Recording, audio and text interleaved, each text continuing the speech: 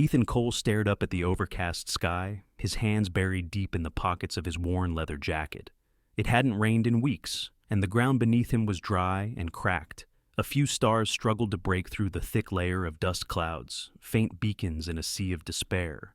The peace promised by the world government didn't seem so bright now, with the boot of the invaders pressing down on their necks. Beside him, Aria tightened her cloak, her eyes intense as she glanced his way. "We have to do this today. You know there won't be another chance." Ethan didn't respond right away. His gaze was fixed on the distant city lights, the metropolis that glittered like a golden ghost in the night. It wasn't the city he once knew. Now it was just a puppet for the Kheroxian colonists and their human collaborators, a place where slavery was dressed up as prosperity. "I know," he said at last, shaking his head. "But I can't stop thinking, what if we're no better than them when we win? What if all we're doing is replacing one tyranny with another?" Aria scoffed bitterly. "We don't have the luxury of doubt, Ethan. They didn't hesitate when they crushed us. We don't have any other choice." The oppressive silence of the night was broken by a loud mechanical hum, and Ethan flinched. Aria was quick to reach for her weapon, but he stopped her with a quick hand gesture. "Relax," he said. "It's just a surveillance drone." But behind his calm exterior, a plan was forming, and one wrong move could bring it all crashing down. The drone buzzed away, leaving only the distant hum of the city in its wake. Aria lowered her hand, her sharp eyes scanning the horizon, but Ethan could tell her mind was already back on the mission. "We can't keep stalling," she said, her voice firm but tinged with unease. "If we wait much longer, they'll notice we're missing." "I know," Ethan muttered, rubbing a hand over his stubbled chin. He could feel the weight of the moment pressing down on him. They had rehearsed this plan over and over, but now that it was real, now that the lives of thousands, maybe millions, hinged on their next move, it felt like an impossible task. "You've got everything ready?" Ethan asked, his voice more tense than he intended. Aria nodded, holding up a small device about the size of a wristwatch. It pulsed with a faint blue glow. "This is it," she said, her voice soft but full of conviction. "We plant it on the central communication tower, trigger the signal, and every Kheroxian defense system within a 50-mile radius goes offline for about 10 minutes. 10 minutes, Ethan repeated, shaking his head. "And then the entire Kheroxian army comes down on us like a hammer." Aria grinned, a fierce gleam in her eyes. "Which is why we don't give them the chance. Once their systems are down, we hit them hard and fast." She made it sound simple, but Ethan knew it wouldn't be. The Kheroxians weren't just conquerors. They were ruthless strategists, and they had spent years studying humanity's weaknesses. "Where's Kane?" Ethan asked, his eyes scanning the dark alley behind them. The shadows seemed to pulse with unseen dangers, and his instincts told him something wasn't right. As if on cue, Dr. Tobias Kane emerged from the shadows, his wiry frame hunched slightly as he approached. His dark eyes gleamed with a mix of nervousness and excitement. Kane wasn't a soldier, but his mind was sharper than any blade, and they needed him. "I've recalibrated the pulse emitter," Kane said without preamble, holding up a sleek black device.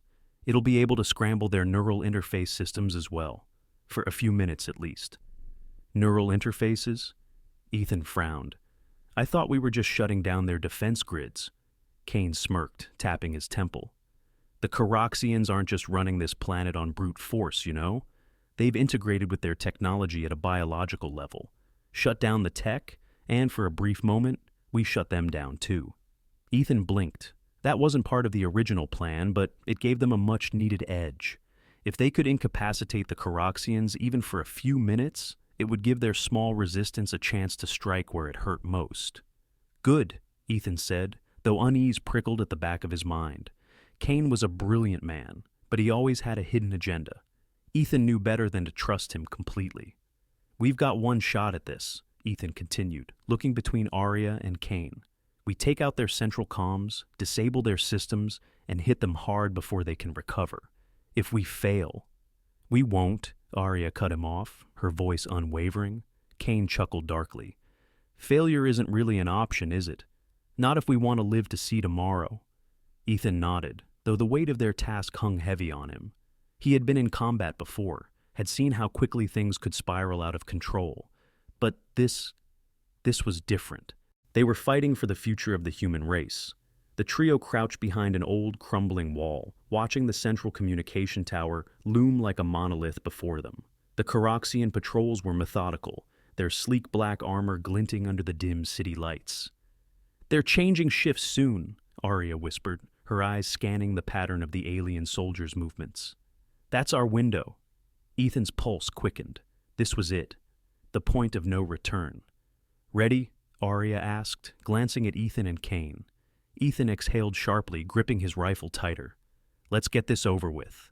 They moved in sync, slipping through the shadows like ghosts. Every step felt like a heartbeat echoing in Ethan's ears.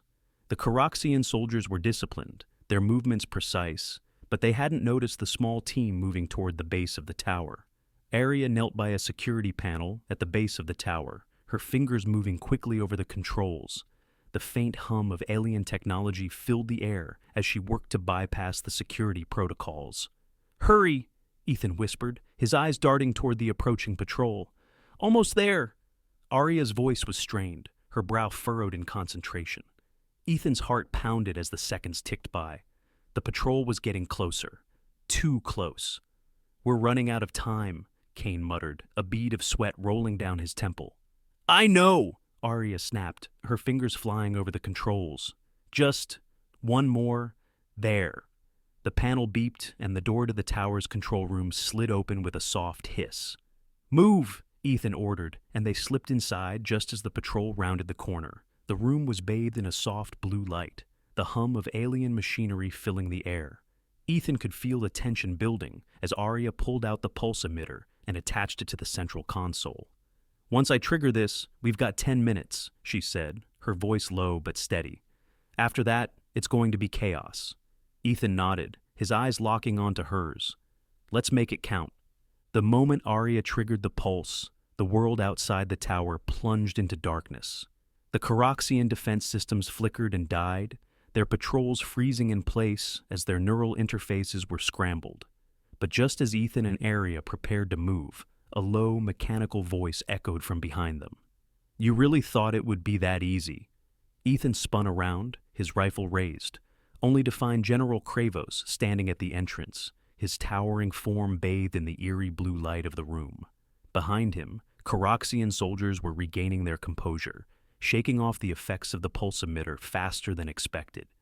"You humans never learn," Kravos growled, his cold reptilian eyes locking onto Ethan's. "You cannot fight what you do not understand." Ethan gritted his teeth, his finger tightening on the trigger. "Maybe not, but we can still stop you." Ethan's heart hammered in his chest. He had faced death before, but standing before General Kravos, a living embodiment of the Kheroxian war machine, was something different entirely. The alien general was immense, his cold, angular features illuminated by the flickering lights of the disabled systems. "You're outnumbered, Cole," Kravos said, his voice like grinding metal. "Surrender now, and I might let you live to see your world's submission." Ethan didn't flinch. "I'm not here to negotiate," he shot back. His mind raced, looking for a way out, but it seemed like the pulse emitter hadn't been as effective as they had hoped. Beside him, Aria was already reaching for something in her pouch, another piece of tech, something Ethan didn't recognize, but her movements were deliberate.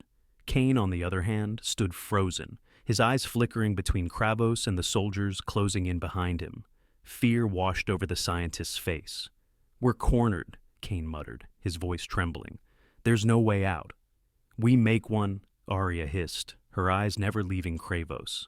Before Kravos could speak again, Aria threw the device she'd been holding, a compact, grenade-like object, toward the Kheroxian soldiers. A flash of blinding light erupted in the room, followed by a deafening crackle of energy. The soldiers staggered back, momentarily disoriented, and Ethan seized the moment. "Move!" They bolted from the control room, racing down the narrow corridors of the tower as alarms began to wail through the building. The pulse emitter had bought them precious time, but Kravos wouldn't be disabled for long. The general's towering shadow still loomed over them, the threat of his inevitable pursuit haunting every step. "Where are we going?" Kane shouted, his voice barely audible over the alarms. "There's a service exit at the base of the tower," Aria yelled back. "If we can get out before they recover..." A sudden roar echoed behind them, and Ethan glanced over his shoulder to see Kravos barreling after them, his armor sparking with residual energy, but his movement steady and determined. "He's coming!" Ethan shouted. They rounded a corner, but before they could make it to the service exit, Kravos raised one arm and unleashed a blast of kinetic energy. The shockwaves slammed into them, sending Ethan and Kane crashing into the wall. Aria barely managed to roll out of the way. Ethan's vision blurred, the impact knocking the air from his lungs. He struggled to get up, his entire body aching, but Kravos was already closing in. "You thought you could defy us," Kravos growled, his voice echoing in the narrow corridor. "But you are nothing. Your resistance is futile." Aria was on her feet again, her hand moving toward her pistol, but Ethan could see the futility in it. Kravos was too close, too powerful. If they didn't do something fast, they wouldn't make it out alive. "Kane, the device!" Ethan gasped, struggling to his feet. "Use the pulse again." Kane, still dazed, fumbled with the pulse emitter in his hand. It's recharging. We need time." "We don't have time," Aria snapped, her eyes locked on the advancing Kheroxian general. Kravos raised his arm again, ready to unleash another devastating attack. Ethan could feel the crushing weight of failure closing in, the grim realization that they were about to die in this cold, dim corridor. But then something flickered in his mind. A memory. The satellite. The weapon he'd discovered hidden in the satellite. The one that could temporarily disable Kheroxian tech. He still had it. It was their only chance. Ethan scrambled for the small device he had tucked away in his gear. His fingers were shaking, his body aching. But he managed to pull it free. The weapon was a prototype, barely tested, but it was designed to emit a concentrated burst of energy that could temporarily shut down any Kheroxian machinery within range. As Kravos prepared to strike, Ethan activated the device, throwing it toward the general. The moment it hit the ground, a high-pitched whine filled the corridor, and the air crackled with electric tension. A wave of blue light pulsed outward, washing over Kravos and the soldiers behind him. For a brief moment, everything went still. Kravos' eyes widened in surprise as his armor flickered, the energy shields around him dissipating. His limbs jerked awkwardly, the neural interface struggling to regain control. The Kheroxian soldiers behind him collapsed, their suits deactivating in an instant. Ethan didn't wait to see the full effect. "Run!" he shouted. Aria didn't need to be told twice. She grabbed Kane, pulling him to his feet, and the three of them sprinted toward the service exit. The corridor shook as the pulse radiated outward, disabling every piece of Kheroxian tech in its path. They burst through the exit door, stumbling into the cold night air. The distant city skyline glimmered in the dark, the streets below eerily silent as the pulse continued to spread, leaving chaos in its wake. Ethan could feel his heart pounding, the adrenaline still coursing through his veins. They had done it, at least for now. The Kheroxians were disabled, their systems offline, but it wouldn't last forever.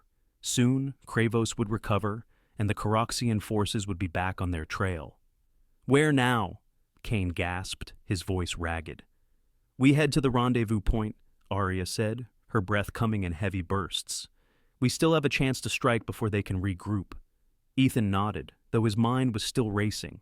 They had won this battle, but the war was far from over. Kravos would be hunting them down, and next time, he wouldn't be caught off guard. As they moved through the dark streets, Ethan couldn't shake the feeling that something bigger was coming, that Kravos' words weren't just a threat, but a warning. The Kheroxians weren't done with Earth, and the resistance had only just begun. The old warehouse was dimly lit, its towering walls lined with crates and abandoned machinery. The faint hum of a generator filled the air as resistance members moved quietly around, preparing for the impending strike. Ethan, Aria, and Kane slipped through a back entrance, their clothes dirty and torn from the escape. Inside, Captain Elena Varos, the leader of the local resistance cell, stood in front of a large table, scanning over a holographic map of the city. Her sharp, calculating gaze flicked up as Ethan and the others approached. "Glad you made it out," Elena said, her voice steady, but the tension in the room was palpable. "What's the status?" "We hit their systems hard," Aria said, leaning against the table, catching her breath. We disabled the central comms and knocked out most of their defense grids, but it won't last long. 10 minutes, Ethan added grimly. That's all we've got before they're back online, and Kravos is on the hunt. Elena's expression didn't change. We don't need long. We've been waiting for this chance. She tapped a few commands into the holographic map, and a glowing red dot appeared on the screen, a massive structure towering above the city's skyline. The Kheroxian Command Nexus, their nerve center for controlling the occupation. This is where we hit them, Elena said, her voice firm. We take out their nexus, we cripple their operations across the entire sector. If we don't, well, we won't get another chance. Ethan stared at the glowing dot, his jaw tightening. It was a suicide mission. The Nexus was one of the most heavily fortified structures on Earth. Even with the Kheroxian systems temporarily disabled, they'd be walking straight into a death trap. You're serious about this? Ethan asked, his voice low. Even with the pulse, we're outnumbered and outgunned. How do you plan to breach the Nexus? Elena gave him a sharp look. We have a way in, a hidden maintenance tunnel beneath the city connected to the Nexus. It's an old access point the Kheroxians don't know about. And what about Kravos? Aria asked, her brow furrowing. He's not going to sit back and let us waltz in. Elena's eyes darkened. That's where you come in. Ethan blinked, confused. Us? You three are the only ones who faced Kravos and lived to tell the tale, Elena said, folding her arms. While we launch the main assault on the Nexus, you're going to draw Kravos away. Keep him busy long enough for us to finish the job. Ethan exchanged a glance with Aria. The plan was bold, reckless even, but they didn't have much choice. If they didn't take this shot, humanity would be crushed under Kheroxian rule forever. Fine, Ethan said at last, his voice steady. We'll do it. The underground tunnels were damp and narrow, the air thick with the stench of decay. Ethan moved carefully, his footsteps barely making a sound as he led Aria and Kane through the darkness. They had split from the main resistance force an hour ago, their task clear. Find General Kravos and lead him away from the Nexus. The thought gnawed at him. How were they supposed to distract one of the most dangerous beings on the planet while the resistance launched their attack? But Elena had been adamant. Without Kravos' attention divided, they stood no chance of reaching the heart of the Kheroxian stronghold. Aria tapped Ethan's shoulder, pointing ahead. There, the service shaft. They moved silently toward the small, rusted ladder embedded into the wall, leading up into the city's industrial sector. Beyond it lay the heavily guarded perimeter of the Nexus, and, somewhere nearby, Kravos. As Ethan began climbing, Kane's voice, low and cautious, drifted up from below. I still think this is madness. Madness is all we've got left, Ethan replied without looking back. His muscles ached from the climb, but he couldn't afford to hesitate now. They emerged into the industrial sector, a wasteland of crumbling buildings and empty streets. The sky above was dark, the city's power grid still down from the earlier pulse. Somewhere in the distance, Ethan could hear the faint rumble of Kheroxian engines and the crackle of energy weapons. Where is he? Aria whispered, her eyes scanning the shadows. We'll know soon enough, Ethan muttered. Suddenly the ground beneath them shook, and a loud metallic roar echoed through the street. A massive Kheroxian dropship descended from the sky, its engines sending gusts of wind through the deserted sector. The dropship's ramp lowered, and the hulking figure of General Kravos stepped out, flanked by a dozen Kheroxian soldiers. His cold, calculating eyes swept over the empty streets before settling on Ethan, Aria, and Kane. So, the Resistance sends its finest lambs to slaughter, Kravos said, his voice dripping with disdain. How quaint! Ethan clenched his fists. We're not here to die, Kravos. Kravos chuckled, a low, menacing sound. No, you're here to fail. Without warning, Kravos raised his arm and unleashed a wave of kinetic energy, sending debris flying through the air. Ethan and Aria dove for cover behind a crumbling wall, but Kane stumbled, crashing to the ground with a grunt. Kane! Ethan shouted, but before he could move, Kravos' soldiers charged forward, their weapons blazing with blue plasma. Keep moving, Aria yelled, her voice cutting through the chaos. She fired off several shots from her rifle, taking down one of the advancing soldiers, but more kept coming. Ethan gritted his teeth, adrenaline surging through his veins. He had faced impossible odds before, But this was different. Kravos was relentless, and his soldiers were far too many.